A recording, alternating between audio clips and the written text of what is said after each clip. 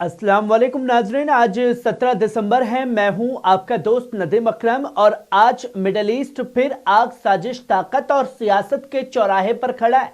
कहीं समंदर में जंगी जहाज उतर रहे हैं, कहीं इंसानियत गोलियों से लहूलुहान है, कहीं सीजफायर सिर्फ कागजों में जिंदा है, तो कहीं मस्जिद अक्सा पर साजिशों के साए गहरे हो रहे हैं।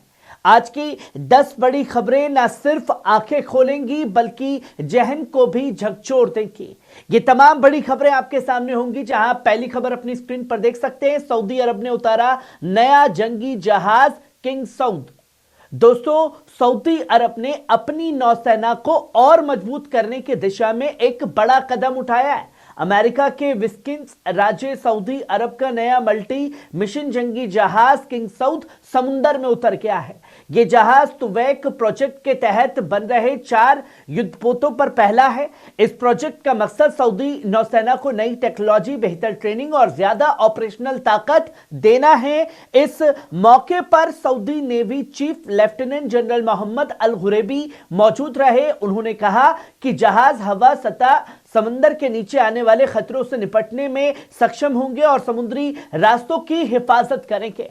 दोस्तों, ये कदम सऊदी अरब की समुद्री ताकत और अमेरिका के साथ सैन्य ताउन और मजबूत करता है। वहीं आप दूसरी खबर देखिए, अहमद अल अहमद बने इंसानियत की मिसाल। दोस्तों, ऑस्ट्रेलिया में हुए दशकों के सबसे खौफनाक हमले के बीच एक सीरियाई मुसलमान ने ऐसी बहादुरी दिखाई जिसने पूरी दुनिया की सोच बदल दी मुसलमानों को लेकर के। सिडनी के बॉन्डी बीच पर यहूदी त्योहार हनुक्का के दौरान हुए हमले में अहमद अल अहमद ने अपनी जान जोखिम में डालकर हमलावर को बेअसर किया। इस दौरान उन्हें कंधे में कई गोलियां लगी और अब उनकी सर्जरी होनी है। प्रधानमंत्री एंथनी अल्बनीज ने अहमद की बहादुरी को तमाम ऑस्ट्रेलियाई लोगों के लिए प्रेरणा बताया। हमले को आईएसआईएस से जोड़ते हुए बताया गया। दोस्तों, सीरिया ने इदलिब प्रांत में उनका पूरा गांव आज अहमद अल अहमद पर फख्र कर रहा है, क्योंकि उन्होंने साबित किया कि मजहब नहीं, इंसानियत सबसे बड़ी होती है। वहीं आप तीसरी खबर देखिए, लेबनान पर इजरायली हमले, बेरूत के करीब 2 लोगों की मौत। दोस्तों, लेबनान और इजराइल के बीच नवंबर 2024 में हुए सीजफायर के बावजूद इजरायली हमले थमने का नाम नहीं ले रहे। मंगलवार को इजराइल ने लेबनान में हवाई हमले किए, जिनमें 2 लोगों की मौत हो गई। एक हमला बेरूत से करीब 30 किलोमीटर दूर शुफा जिले की जादरा सिबलीन सड़क पर हुआ, जहां एक गाड़ी को निशाना बनाया गया। लेबनान के स्वास्थ्य मंत्रालय के मुताबिक इस हमले में एक शख्स की मौत और 5 लोग जख्मी हुए। सरहद के करीब ओदैसे इलाके में भी एक और शख्स मारा गया। इजरायली फौज का दावा है कि ये हमले हिजबुल्लाह के लोगों को निशाना बनाकर किए गए। लेकिन 200 सीजफायर के बाद अब तक 340 से ज्यादा लोग इजरायली हमलों में जान गंवा चुके हैं, जो इस समझौते पर गंभीर सवाल भी खड़े कर रहा है। वहीं आप चौथी खबर देखिए, ईरान का न्यूक्लियर प्रोग्राम दोबारा शुरू ना हो, मोसाद चीफ की ईरान को खुली धमकी। दोस्तों, इजराइल की खुफिया एजेंसी मोसाद के चीफ डेविड बर्निया ने ईरान को लेकर सख्त बयान दिया। उन्होंने कहा कि इजराइल की जिम्मेदारी है कि ईरान का न्यूक्लियर प्रोग्राम कभी दोबारा एक्टिव ना हो। बर्निया ने दावा किया कि 12 दिन की जंग में इजराइल के हमलों से ईरान का परमाणु ढांचा गंभीर तौर पर तबाह हुआ है और यह सब अमेरिका के साथ करीबी तालमेल में हुआ। उन्होंने किसी भी नए न्यूक्लियर समझौते पर शक जताते हुए कहा कि ईरान दुनिया को फिर धोखा देना चाहता है, लेकिन इजराइल खराब डील को कभी मंजूर नहीं करेगा।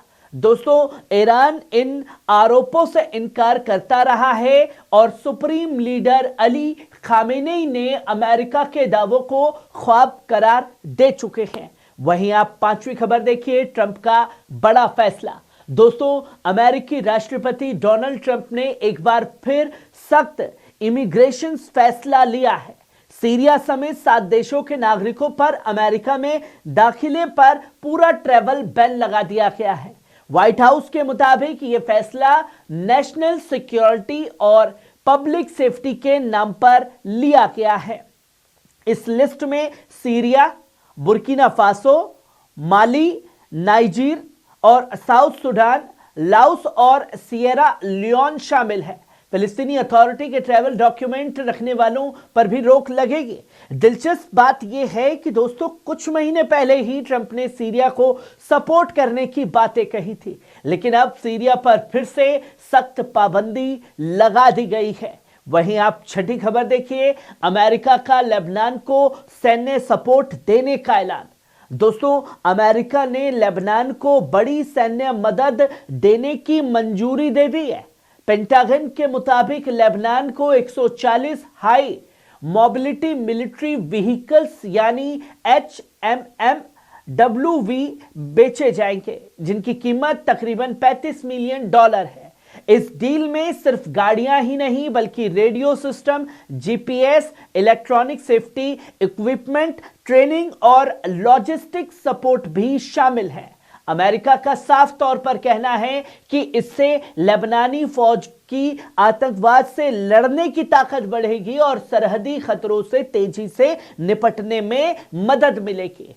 वहीं आप सातवीं खबर देखिए, अमेरिका का वेनेजुएला पर बड़ा इल्जाम।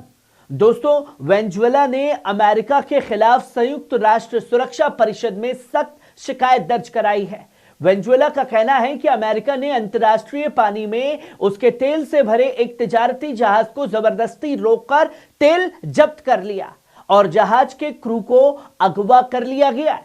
वेनेजुएला के विदेश मंत्री इवान गिल ने साफ कहा कि यह कार्रवाई खुली समुद्री डकैती है, ताकत के गलत इस्तेमाल और अपहरण के बराबर है।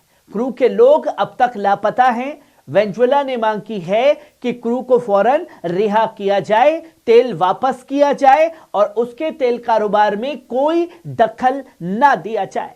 राष्ट्रपति मादुरो ने भी कहा कि अब नकाब उतर चुका है, मसला ड्रग्स का नहीं है, डोनाल्ड ट्रंप की तेल लूट का है। वहीं आप आठवीं खबर देखिए, अलेक्सा पर बढ़ती साजिश।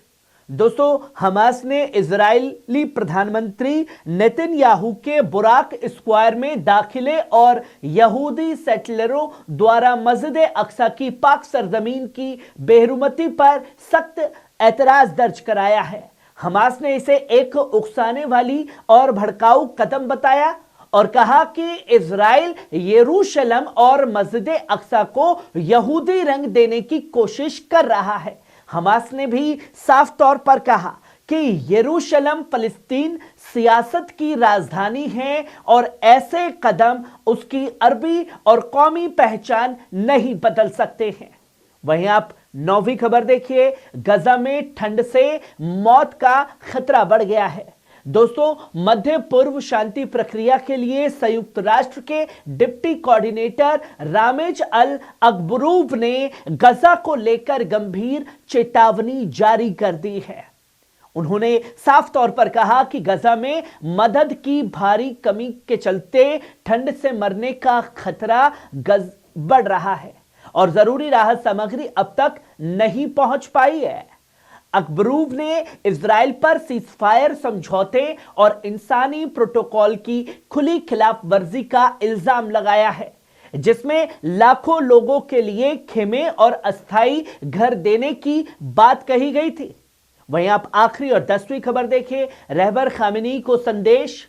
दोस्तों, ईरान के रहबरे इनकलाब आयतुल्लाह सैयद अली खामेनी ने यह साफ तौर पर कहा कि मुल्क को मुश्किलें जरूर हैं, लेकिन पॉजिटिव पहलू कहीं ज्यादा है और तरक्की के लिए काफी काबिलियत और मौके मौजूद हैं। वहीं अल्ब्रोज प्रांत के 5580 शहीदों की याद में हुई कॉन्फ्रेंस के आयोजक में मुलाकात में रहबर खामेनी ने जोर देकर के कहा कि आज की सबसे बड़ी जिम्मेदारी नौजवान नस्ल तक दिफाए मुकद्दस के दौर की कुर्बानी, जज्बा और उसूल पहुंचाना है। उन्होंने साफ तौर पर कहा कि आज के नौजवान अच्छे हैं, उन्होंने अपनी दीनी पहचान को बरकरार रखा है। जरूरत है कि शहीदों के पैगाम को समझदारी और हुनर के साथ आगे बढ़ाया जाए। रहबरे इनकलाब ने साफ कहा कि अगर शहीदों की याद सही तरीके से जिंदा रखी जाए तो इसका असर पूरे मुल्क पर मुस्बत और ताकतवर होगा, जिसकी तस्वीरें दुनिया भर के सामने आएगी। नाजरीन, ये थी मिडल ईस्ट की 10 सबसे बड़ी अहम खबरें। आपको कैसी लगी कमेंट बॉक्स में आकर के अपनी राय जरूर दीजिएगा। शुक्रिया।